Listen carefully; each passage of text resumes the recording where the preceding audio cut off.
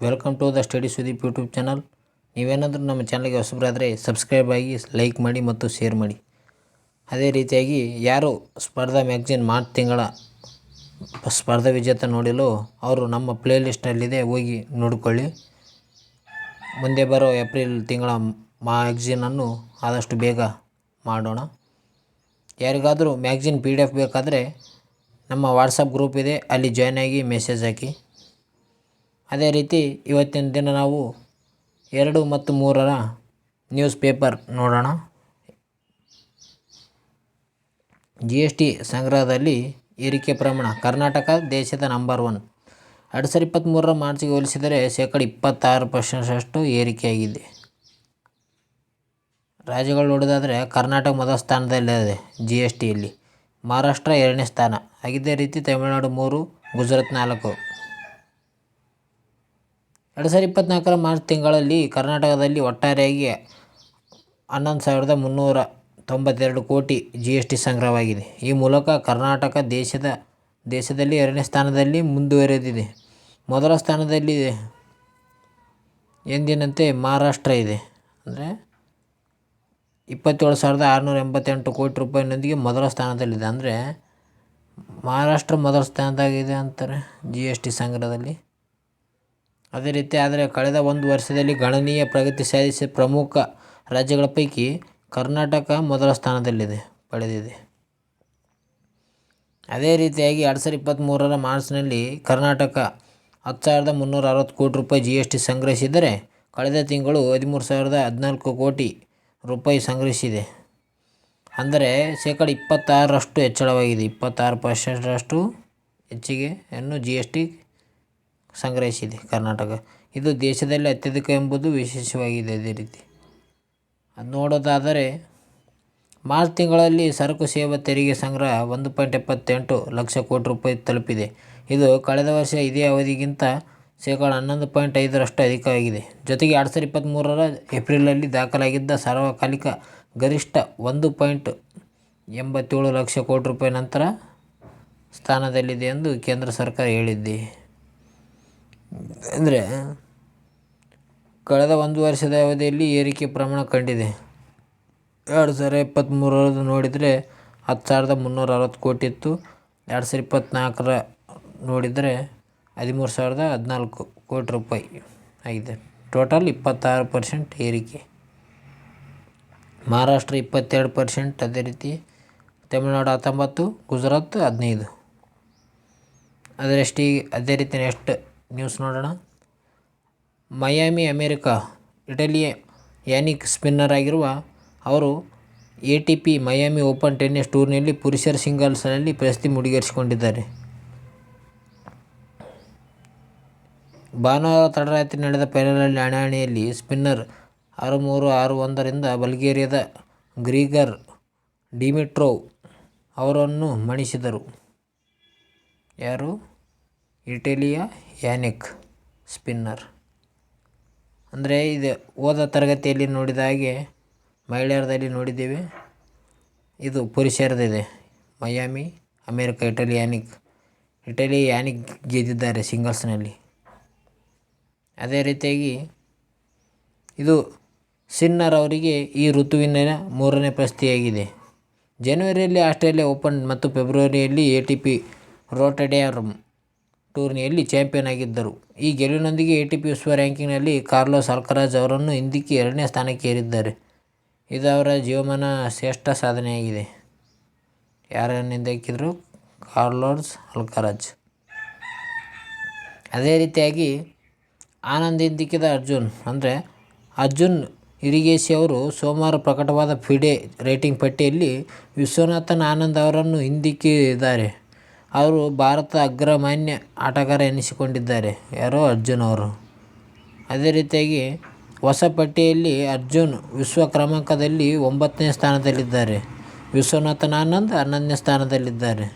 21 ವರ್ಷದ ಅರ್ಜುನ್ ಆನಂದ್ ಅವರನ್ನು ಹಿಂದಿಕ್ಕಿದ ಭಾರತದ 2ನೇ ಆಟಗಾರ ಎನಿಸಿದ್ದಾರೆ. ಅಂದರೆ ಆನಂದ್ ಅವರನ್ನು ಹಿಂದಿಕ್ಕಿದ ಭಾರತದ 2ನೇ ಆಟಗಾರ ಅರ್ಜುನ್. ಆದರೆ ಮೊದಲನೇ ಆಟಗಾರ ಯಾರಪ್ಪ ಅಂದರೆ ಅವರೇ ಡಿ ಗುಕೇಶ್ ಅವರು ಮೊದಲ ಬಾರಿ ಸಾಧನೆ ಮಾಡಿದ್ದ ರಾಯರೇ.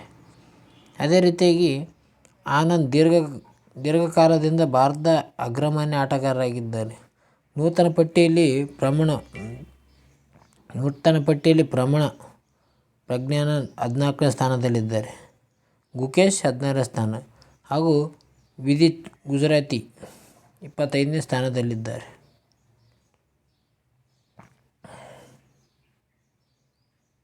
ಅದೇ ರೀತಿಯಾಗಿ ಆನಂದ್, ಶ್ರೀ ಹರಿಕೃಷ್ಣ, ಗುಕೇಶ್ ಅವರು ನಂತರ ವಿಶ್ವದ ಅಗ್ರ 10ನೇ ಸ್ಥಾನದಲ್ಲಿ ಪಡೆದಿದ್ದಾರೆ.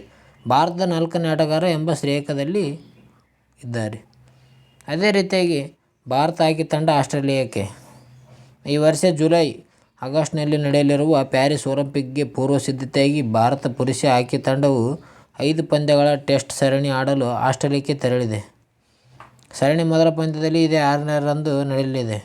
ಉಳಿದ 4 ಪಂದ್ಯಗಳು ಕ್ರಮಕ್ಕೆ ಏಪ್ರಿಲ್ 7, 10, 12 ಮತ್ತು 13ರಂದು ನಡೆಯಲಿವೆ.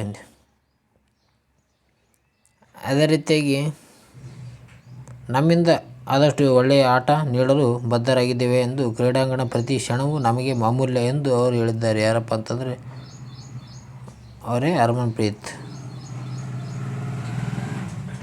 ಅದೇ ರೀತಿಯಾಗಿ ಈಜಿಪ್ಟ್ನ ಅಧ್ಯಕ್ಷರಾಗಿ ಅಲ್ ಸಿಸಿ ಪ್ರಮಾಣವಚನ ಮರು ಆಯ್ಕೆ ಅವರೇ ಆಗಿದ್ದಾರೆ. ಈಜಿಪ್ಟ್ನ ಡಿಸೆಂಬರ್ನಲ್ಲಿ ನಡೆದ ಚುನಾವಣೆಯಲ್ಲಿ ಮರು ಆಯ್ಕೆಗೊಂಡಿದ್ದ ಅಧ್ಯಕ್ಷ ಅಬ್ದುಲ್ ಫತಾಹ್ ಅಲ್ ಸಿಸಿ ಮಂಗಳವಾರ ಪ್ರಮಾಣವಚನ ಸ್ವೀಕರಿಸಿದ್ದಾರೆ. ಡಿಸೆಂಬರ್ನಲ್ಲಿ ನಡೆದ ಚುನಾವಣೆಯಲ್ಲಿ 89.6% ಮತಗಳಿಂದ ಅಲ್ ಸಿಸಿ ಅವರು 3ನೇ ಬಾರಿಗೆ ಅಧ್ಯಕ್ಷರಾಗಿ ಆಯ್ಕೆಗೊಂಡಿದ್ದಾರೆ. ಅಧಿಕಾರಾವಧಿ 6 ವರ್ಷದ ಅವಧಿ ಇದೆ. ಅದೇ ರೀತಿಯಾಗಿ ಮಾಹಿತಿ ಮತ್ತು ಪ್ರಸಾರ ಸಚಿವಾಲಯದ ಪ್ರಧಾನ ಮಹಾನಿರ್ದೇಶಕರಾಗಿ ಶಫಾಲಿ ಶರಣ್ ಪದಗ್ರಹಣ.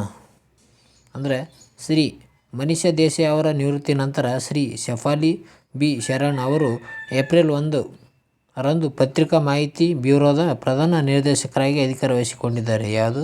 ಪತ್ರಿಕಾ ಮಾಹಿತಿ ಬ್ಯೂರೋದ ಶಫಾಲಿ ಶರಣ್ ಆಗಿದ್ದಾರೆ ನೇಮಕ. ಶ್ರೀಮತಿ ಶರಣ್ ಭಾರತೀಯ ಮಾಹಿತಿ ಸೇವೆಗೆ 1919ರ ಬ್ಯಾಚ್ನ ಅಧಿಕಾರಿಯಾಗಿದ್ದಾರೆ. ಇವರು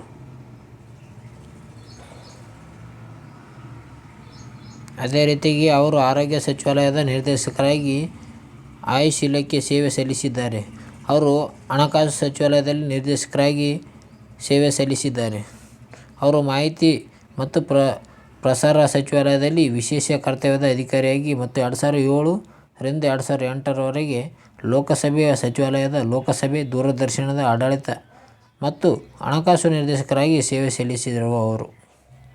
ಯಾರಪ್ಪ ಅಂದರೆ ಇವರೇ ಶಫಾಲಿ ಶರಣ್ ಅವರು. ಅದೇ ರೀತಿಯಾಗಿ ನೆಕ್ಸ್ಟ್ ನ್ಯೂಸ್ ನೋಡೋಣ. ಒಂದು ವಾಹನ ಒಂದು ಫಾಸ್ಟ್ಯಾಗ್ ಜಾರಿ.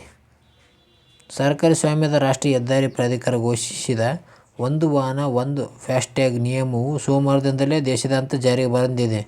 ಇದು ಹಲವು ವಾಹನಗಳಿಗೆ ಒಂದೇ ಫಾಸ್ಟ್ಯಾಗ್ ಬಳಕೆಯನ್ನು ನಿರ್ಬಂಧಿಸುತ್ತದೆ ಅಥವಾ ನಿರ್ದಿಷ್ಟ ವಾಹನಕ್ಕೆ ಕೆಲವು ಫಾಸ್ಟ್ಯಾಗ್ಗಳನ್ನು ಲಿಂಕ್ ಮಾಡುವುದನ್ನು ತಡೆಗಟ್ಟುತ್ತದೆ.